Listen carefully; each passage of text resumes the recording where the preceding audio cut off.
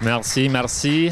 Bonjour à tous et toutes. On va commencer avec ce keynote des tendances 2026. La présentation va se développer dans 4 parties.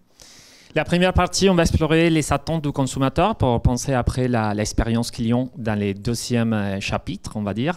Une troisième partie, on va explorer les e-commerce et les commerces social. Et enfin, le magasins physiques et les concepts de hospitality dans les magasins du luxe.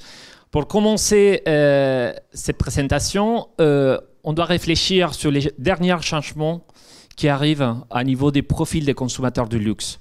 En général, on peut diviser les profils dans les clients aspirants, qui dernièrement, ils ont vraiment dynamisé les marchés du luxe, qui cherchent plutôt la qualité, l'authenticité, qui sont plus attirés pour les contenus virals, on va dire, les contenus des réseaux sociaux, pour la recherche des prestiges, pour la recherche des reconnaissances, mais que sont des clients qui sont plus impactés pour la dynamique ou les contextes économiques et aussi pour l'hausse des prix qu'on a observé dernièrement. De l'autre côté, on peut penser les clients top tiers ou les 10% de clients les plus fortunés, qui sont des clients plus stables, qui peuvent dépenser plus de 50 000 euros par an, les clients aspirants moins de 5 000, et que recherchent ou qui cherchent dans une expérience du luxe ou dans une proposition, une promesse du luxe,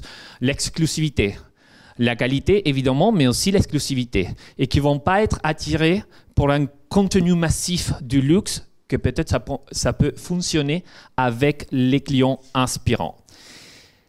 Mais quand on commence à analyser les rôles des clients top tiers, parce que je pense que dernièrement, on a parlé beaucoup des clients aspirants. On a observé beaucoup de stratégies à ces niveaux, mais si on commence à observer les top tiers, on va voir que globalement, les top tiers, qui sont les 0,01% du marché, soutiennent les 37% de dépenses dans les marchés. Évidemment, il y a des secteurs d'industrie qui sont plus importants, notamment les yachts, c'est restrictif, mais dans les luxes, dans la mode, la mode, la beauté, sont des clients qui font vraiment la différence et qu'on doit comprendre quel type d'expérience créer pour ce type de consommateurs. Si on pense, par exemple, l'expérience digitale, on ne peut pas penser que les clients top tiers vont chercher le même type d'expérience que les clients inspirants. On va faire une petite remarque. Ce n'est pas la même chose. On va voir des changements ou des différences entre les marchés chinois, les marchés asiatiques, les marchés européens et les marchés américains. Mais en tout cas, globalement, on peut dire que les clients top tiers vont utiliser les digitales comme une façon, un outil pour décider, pour soutenir la décision, mais par contre, on ne va pas chercher les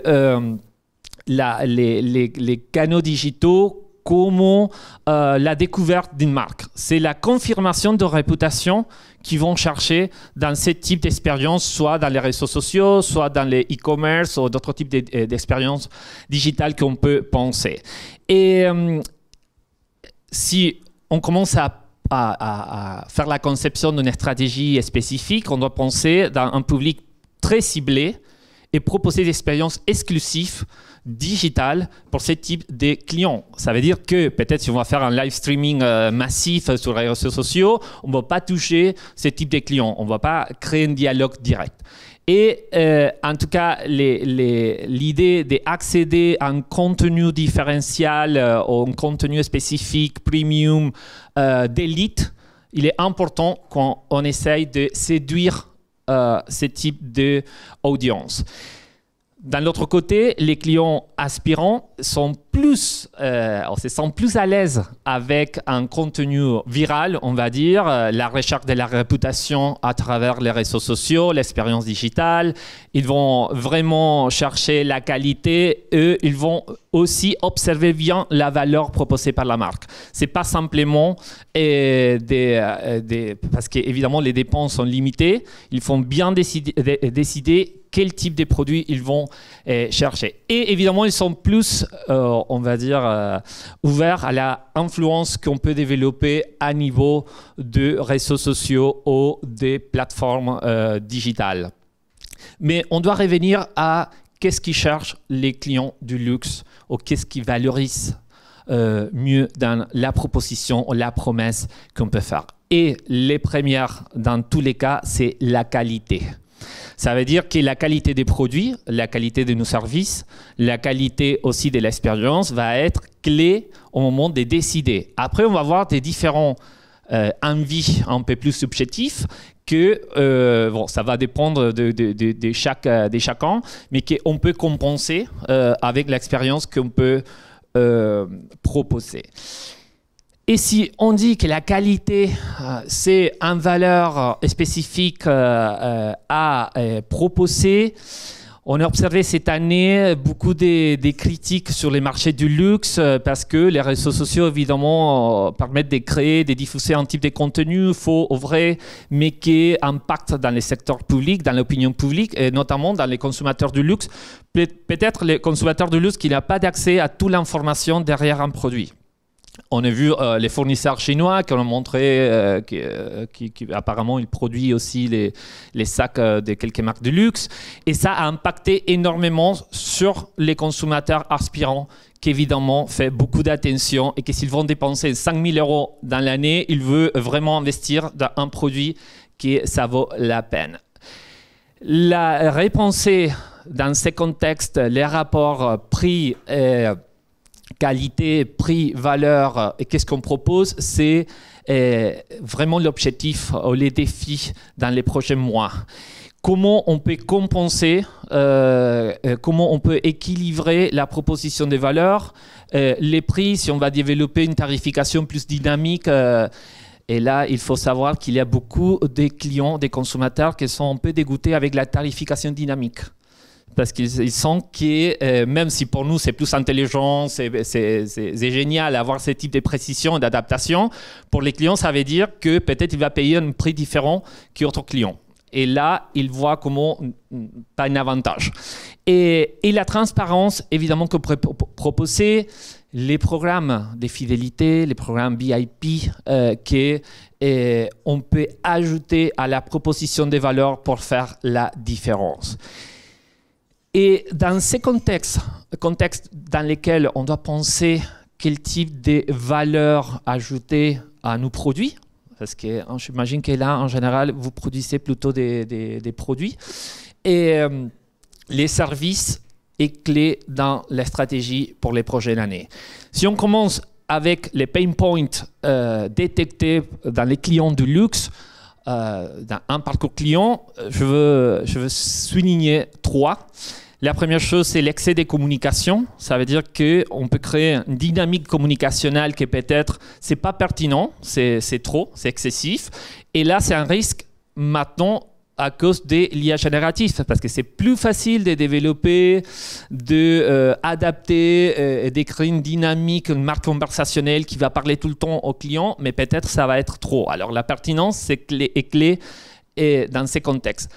Et le deuxième élément, c'est quand il manque de reconnaissance, quand on ne peut pas reconnaître rapidement quel niveau des clients, quel type de profil les clients pour les proposer justement une expérience, un produit ou un service 100% personnalisé.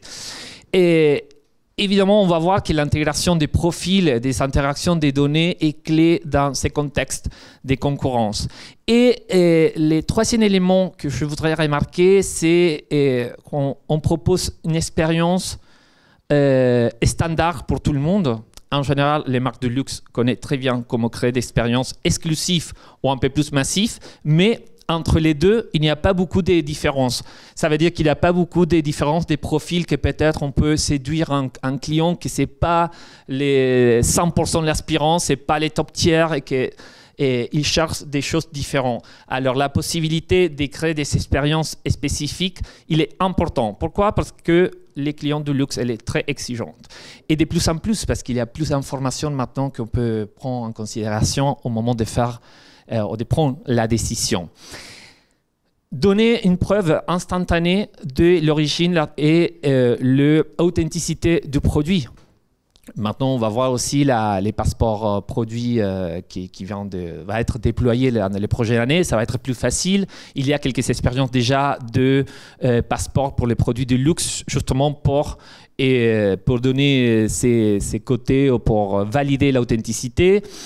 Un service d'accompagnement omnicanal, ça veut dire que dans les clients de luxe, en général, ils préfèrent rejoindre les mêmes conseillers, soit dans la boutique, soit par WhatsApp, soit dans une visioconférence. Alors, proposer un conseiller omnicanal, il est important. Quand je parle d'un conseiller, c'est un conseiller humain. Et les invitations pour assister à des expériences uniques, non, spécifiques, premium, anticiper la présentation d'une collection, il est important pour ce type de clients, mais en même temps pour les clients qui sont dans la moitié, non, de la pyramide. Et les parcours clients adaptés et la personnalisation, on va faire un focus sur ces sujets, de respecter la vie privée parce que maintenant, la grande tension est entre personnalisation, vie privée et gouvernance des données. Si on pense dans les types d'expériences, je présente un cas que j'aime bien, Bang & Olufsen, qui ont pensé une expérience des layers. Ça veut dire que c'est possible d'accéder à ce type d'expérience de personnalisation des centres ou d'autres types d'appareils qu'il produit, dans lesquels il intègre cette logique de personnalisation de l'automobile de luxe, avec la possibilité de choisir les matériaux, de choisir la forme, de choisir quelques détails, d'accéder à un type de couleur qui c'est très spécifique de cette expérience, que ce n'est pas possible d'accéder dans une collection standard, avec différents niveaux de personnalisation. Ça veut dire que les clients, peut-être un peu plus limités de bouger, ou peut-être il n'y a pas besoin de grandes personnalisations, il va accéder à un niveau basique de personnalisation à partir de quelques propositions, d'options.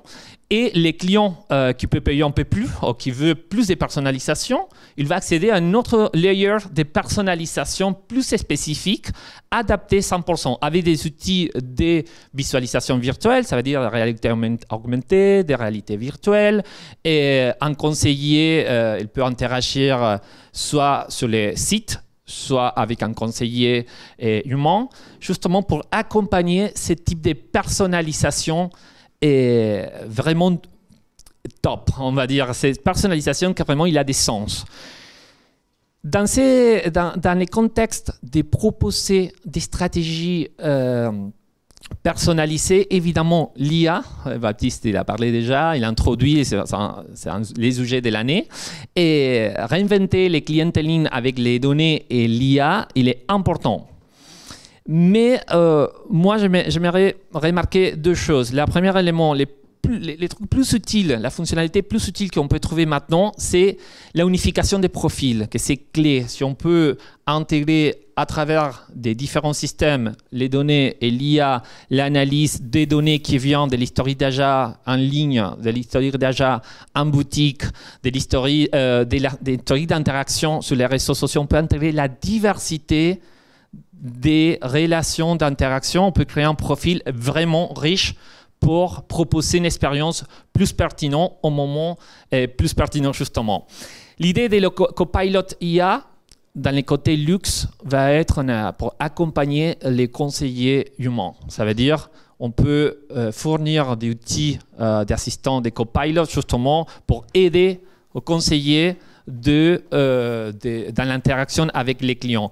Et l'autre élément très important, c'est les services anticipatoires, qui sont les nouveaux types d'outils que maintenant on observe, permettent justement d'anticiper les désirs, les attentes, les rêves des consommateurs. Et ça nous permet de dépasser d'un marketing tellement générique qu'on a développé dernièrement, un marketing plus spécifique qui peut accompagner les clients dans tous les touchpoints, dans toutes les phases de les parcours clients.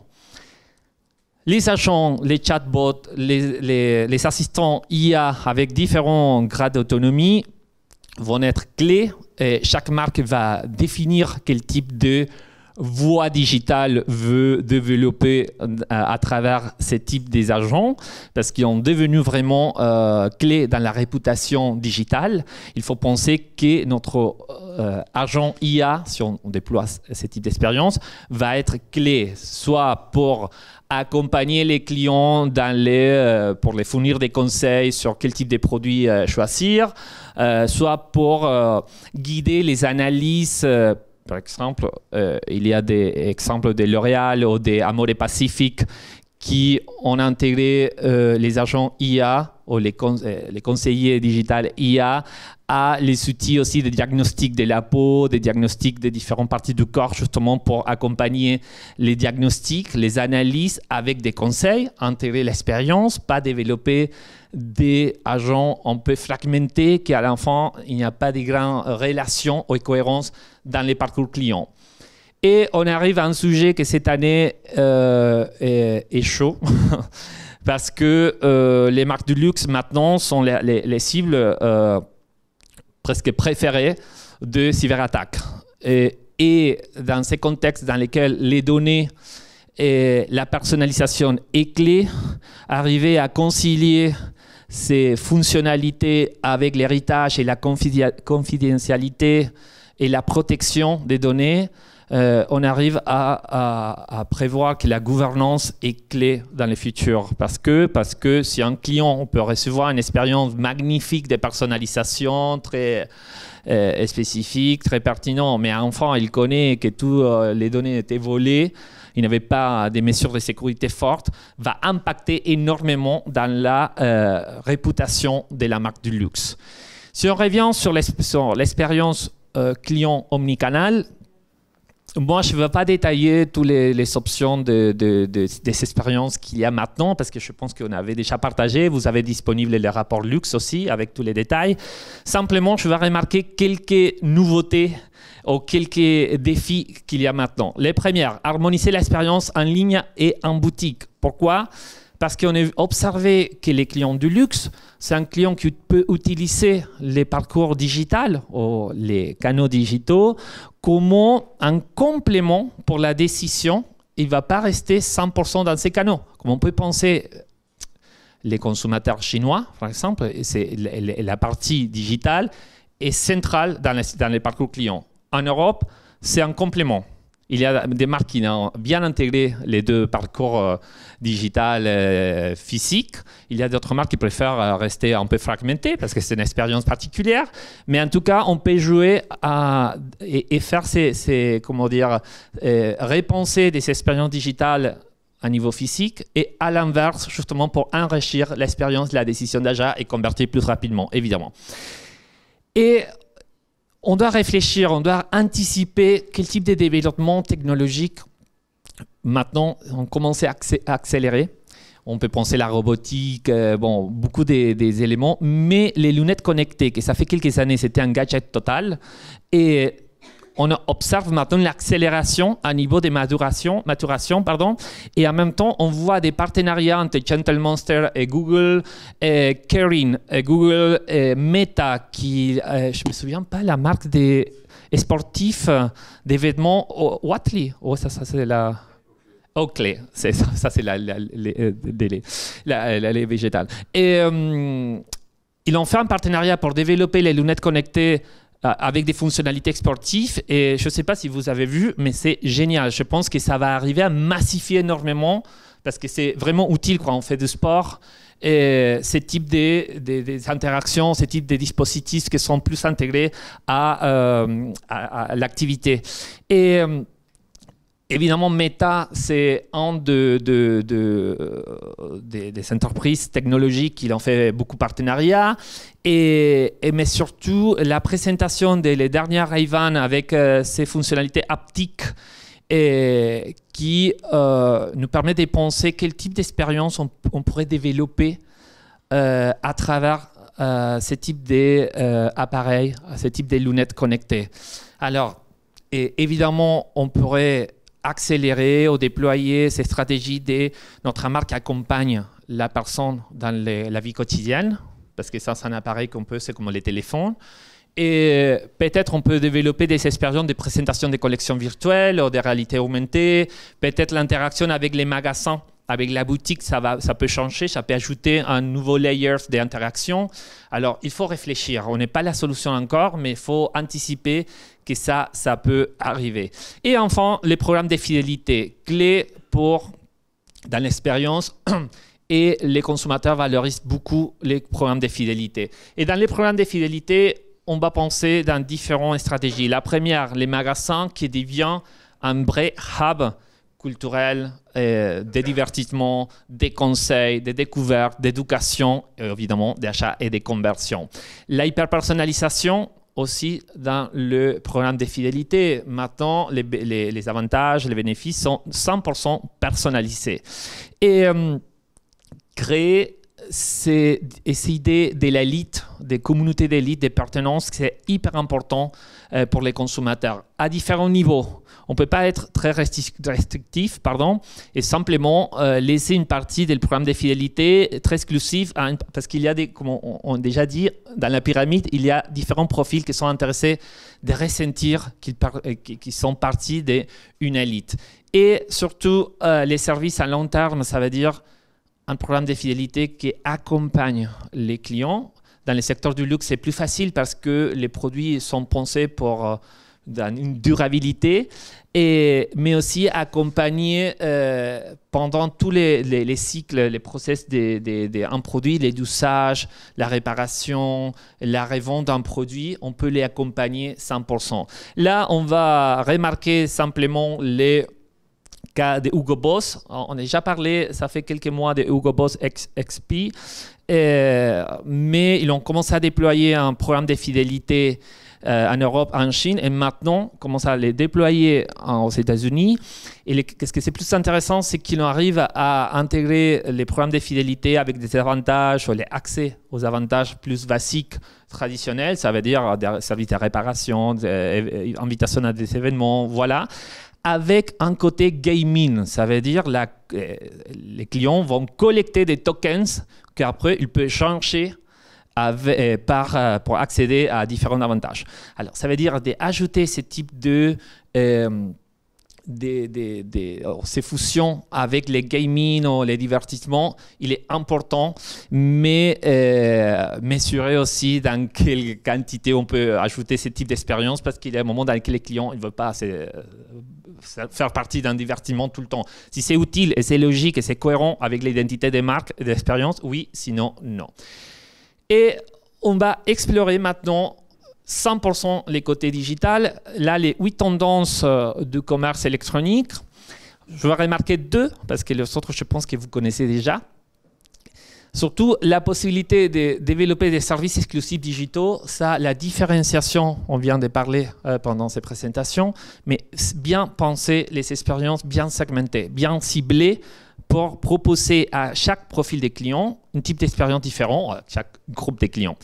Et l'autre élément qu'on va observer, c'est aussi la livraison, qui commence à avoir beaucoup d'innovations autour de la livraison du luxe, notamment avec l'introduction de l'instant shopping, qui vient de Chine, que maintenant on commence à voir qu'on va explorer un use case de Fortnum & Mason qui commence à intégrer ce type de livraison. Mais dans ces parties, je vais aller directement sur les changements de l'année et qu'il faut prévoir pour l'année prochaine. Évidemment, ChatGPT, l'IA, il a impacté énormément dans la vie quotidienne, notamment l'usage que maintenant fait les personnes de l'IA, de ChatGPT en septembre. C'était 49%, c'est asking, c'est de demander des conseils. Non? Où est-ce que je peux trouver là? Comment je peux faire ça? C'est plus important là, à tout niveau. Hein. Alors, ça veut dire que l'IA générative devient un conseiller. Même si, il faut faire attention, devient un conseiller, il y a déjà, on observe beaucoup d'expériences de personnes qui proposent ou qui facilitent dans les réseaux sociaux des prompts pour accéder au conseil de voter, par exemple. Mais après, rapidement, ChatGPT, il a ajouté les idées de shopping conversationnel. Ça veut dire qu'on peut déjà poser des questions dans les chats des produits, les meilleurs produits, faire des comparaisons entre les produits, comparer, voilà. Ils vont déployer toute l'information et après donner les liens directs pour quitter les chats et aller vers les sites pour acheter les produits. Mais ces derniers mois, ça fait 2 mois, ils ont intégré Instant Checkout. Maintenant, c'est possible d'acheter dans les chats et payer et faire la conversion directement sur les chats sans quitter ChatGPT. On peut penser rapidement, il y a des entreprises qui ont commencé à faire des accords avec ChatGPT justement pour intégrer cette option. Et à nouveau, quand il y a une marque ou une entreprise très massive qui commence à déployer l'expérience, on peut penser que la massification va être rapide. Notamment Walmart vient d'être. Walmart, c'est hyper intéressant. Il faut bien observer. C'est l'entreprise qui a vraiment avancé à niveau d'innovation, accéléré les innovations de façon très rapide. Alors, ça veut dire que pour l'instant, on n'est pas des use cases des marques du luxe qui ont commencé, c'est récent, commencé à utiliser ChatGPT. Oui, Mercedes-Benz, il a déjà intégré cette idée de shopping conversationnel. Maintenant, si on cherche un modèle spécifique des voitures Mercedes-Benz sur Copilot de Microsoft, c'est possible de déployer directement un showroom virtuel avec toute la caractéristique de la voiture. Alors, on peut penser que ça aussi, c'est une expérience à ajouter. Mais il y a un autre élément qui, pour moi, c'est très important. C'est la diversification de l'e-commerce. Et Saks, je pense que c'est un très bon exemple parce qu'ils ont arrivé à refaire tous les sites qui maintenant, c'est 100% personnalisé. Ça veut dire que les sites comprennent les comportements d'usagers, des consommateurs pour adapter 100% les sites et pour proposer un parcours en ligne 100% personnalisé. Et en même temps, Saks, il a fait un partenariat avec Amazon pour créer une boutique sur Amazon. Qu'on peut penser, mais dire non, mais les luxes sur ce type de e-commerce. Mais on commence à voir que la diversification est justement pour toucher chaque profil des publics du luxe dans son goût, on va dire. Non et peut-être il y a des personnes qui sont plus habituées à acheter sur Amazon et peut-être ils veulent explorer une boutique du luxe parce que c'est possible de personnaliser vraiment la boutique du luxe et vraiment diversifier. Et si on parle de diversification les parcours digital, on peut penser évidemment dans les réseaux sociaux qui ont devenu les premières canaux de découverte des produits. 66% de personnes peuvent découvrir une marque ou un produit à travers les réseaux sociaux. 28% ils l'ont déjà acheté, ils l'ont déjà plongé dans les commerces sociaux. Et qu'est-ce qu'on peut remarquer, c'est que les contenus deviennent le cœur de la transaction. On va dire qu'à travers les contenus, on va vraiment toucher les différents publics.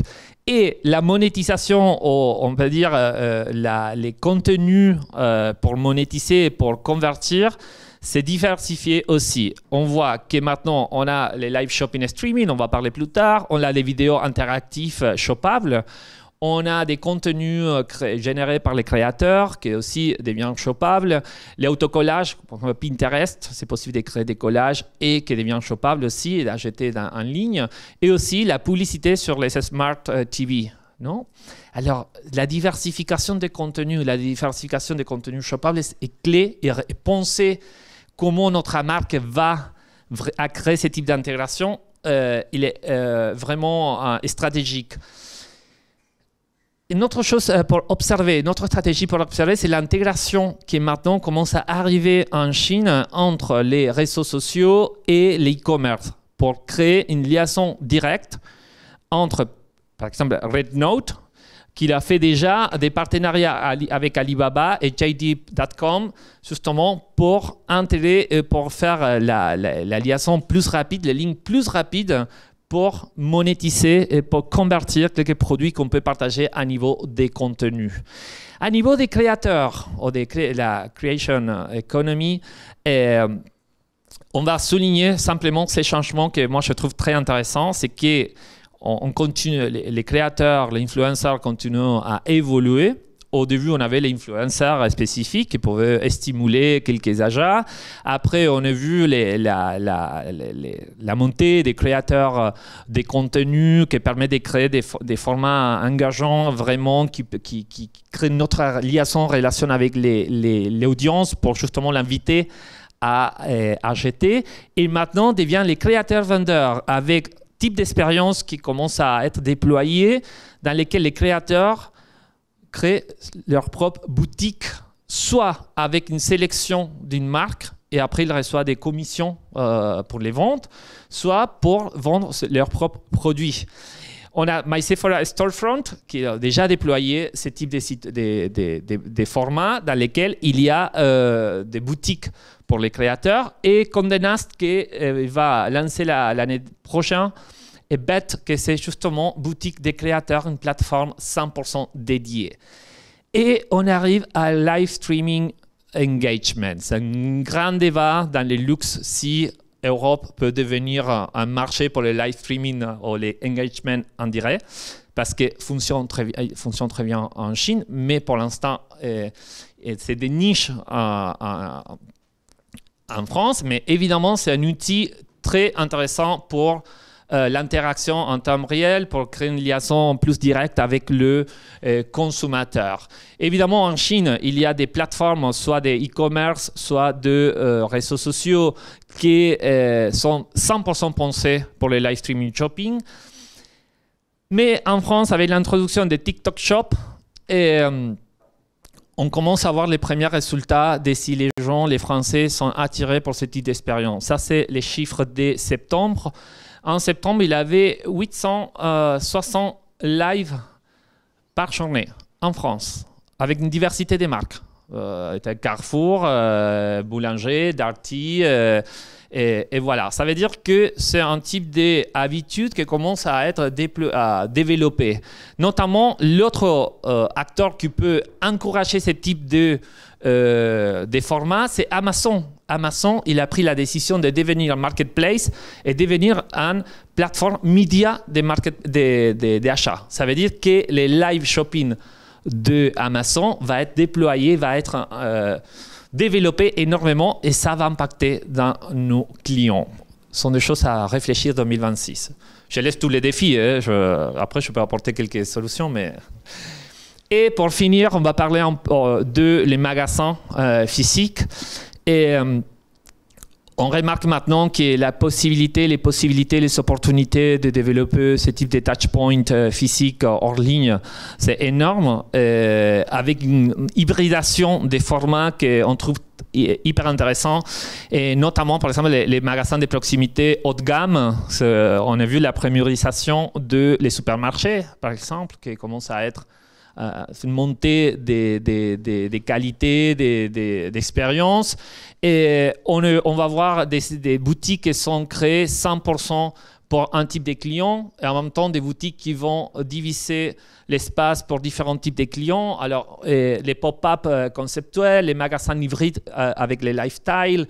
Mais je voudrais remarquer quelques éléments qui sont importants. Et les premiers éléments, l'expérience magasin doit devenir un service. Penser les magasins comme un service, ça permet justement d'intégrer un élément important, c'est l'hospitalité. Hospitalité, qu'en général, on peut relationner avec notre secteur, notre industrie, mais si on est capable de penser nos magasins comme un service hospitality, on va donner un service plus de haute qualité, plus qualitatif à nos consommateurs. Soit pour la découverte, comme on voit à Tequila Don Julio, qui est Julio, c'est la prononciation en espagnol, et qui permet de découvrir, de dégoûter les tequilas, de faire une immersion technologique, de faire beaucoup d'interactions justement pour nourrir la communication autour d'un produit. On peut penser à NIO, c'est la marque chinoise d'automobile qui a commencé à déployer, ça fait quelques années, les NIO Club, qui sont pensés à partir d'un lifestyle. Ça veut dire qu'on peut aller aux boutiques à découvrir une voiture, à tester une voiture aussi, mais en même temps, on a un espace de coworking, on peut rester, il y a un café, on peut passer toute la journée dans les magasins. C'est accessible à un type de membres, si? C'est par membership. Évidemment, si on veut monter à niveau d'expérience, on voit qu'il y a des retailers qui ont commencé à proposer des expériences ultra luxe avec ses côtés club. Harrods, il a commencé avec des residences, ça fait quelques années, mais Selfridges aussi, il a annoncé la création d'un club exclusif pour quelques membres payantes pour accéder à une partie de la boutique à Londres, justement pour accéder et pour donner une expérience très qualitative, très spécifique pour un type de client. Alors, ça veut dire qu'on peut jouer, c'est pas reproduire les expériences, simplement jouer et voir quel type de stratégie fonctionne très bien. Et pour finir, il y a deux éléments qu'on peut vraiment remarquer comme service quand on propose à nos clients, c'est les parcours online to offline. Je remarque les use cases de Dyson ils ont créé tout un parcours digital, ça veut dire à travers WhatsApp, les réseaux sociaux, les sites, voilà, qui invitent aux clients à visiter les magasins pour vivre une expérience complète dans les laboratoires dans lesquels le client peut analyser les cheveux, la peau, surtout les cheveux, tester les produits, recevoir des recommandations. Maintenant, on propose une ligne à des produits de beauté, des soins, justement pour les cheveux, comme un complément des appareils ultra technologiques et de luxe qu'ils proposent. Alors, renforcer l'idée de service. Et pour finir, j'ai anticipé la livraison qu'on observe. On avait observé quelques systèmes de livraison du luxe, notamment en Chine. Il y avait pas mal d'exemples. Louis Vuitton, par exemple, il avait développé un partenariat. Mais pour moi, il est hyper intéressant d'observer Fortnum & Mason. Je pense que vous connaissez. La marque, on va dire, d'été, lifestyle anglaise, qui ont fait un partenariat avec SAP, justement pour proposer la livraison instantanée. Ça veut dire que les personnes peuvent accéder rapidement, dans quelques minutes, à le produit qu'ils achètent en ligne. Notamment, c'est une façon, il y a aussi un packaging spécifique pour ce type d'expérience. Il y a autour un type de valeurs à proposer pour la livraison parce que, justement pour éviter que l'expérience d'être instantanée et rapide dégrade justement l'expérience de la marque. Alors, ce type d'option, ça veut dire qu'on propose un service. On va complémenter nos produits, nos collections, notre promesse des marques avec un service, cette idée de hospitality qui peut faire vraiment la différence dans un contexte tellement concurrentiel. Là, les recommandations pour vous. Si vous avez des questions, vous pouvez nous envoyer des emails. Ça, c'est mon contact. Il y a déjà disponible les rapports Luxe avec beaucoup de contenus que j'ai partagés aujourd'hui. Et aujourd'hui, on publie les rapports marketing, réseaux sociaux et commerce social. Et avec beaucoup des éléments qui sont intéressants aussi pour les marchés du luxe, pour repenser la communication sur les réseaux sociaux et l'intégrer dans un parcours client omnicanal. Merci beaucoup.